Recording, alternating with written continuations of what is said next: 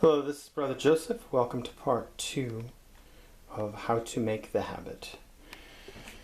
After dividing the 4 pieces and assigning each one, Mark, Matthew, Luke, and John, and then we assign the buttons per place. The top and arms will have 23 buttons and 14 slits. Just a brief overview of that. They'll be sketched in this way, according to that graph.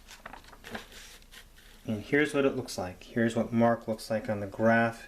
Can you see the slits are the rectangles? The one is 1 inch in.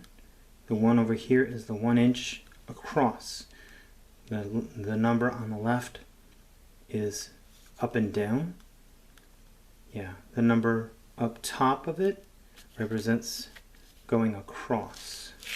So this one with the 7 would be 7 inches down. The 1, 2, 3, these are feet. The 1, 0, 1, and 2, that's feet. So you should be able to read the graph and tell where the buttons go. And here's what the cloth looks like. I'll show you. Let me back it up if I get it right. Yeah, there we go. Got it right. Here's what the cloth looks like, mine. Moving up and down. You can see, it's hard to see where the buttons are, but there's a button right there, there, and there's a slit, and there's a slit.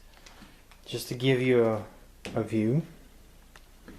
This is what the top and arms look like for me. I call it Mark.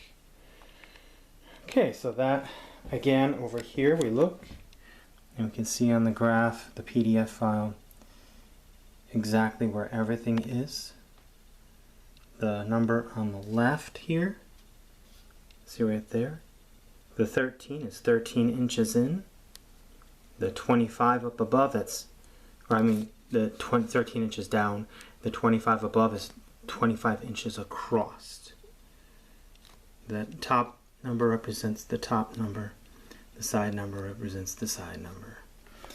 End of part 1. Part 2, we'll get into the next, or 2.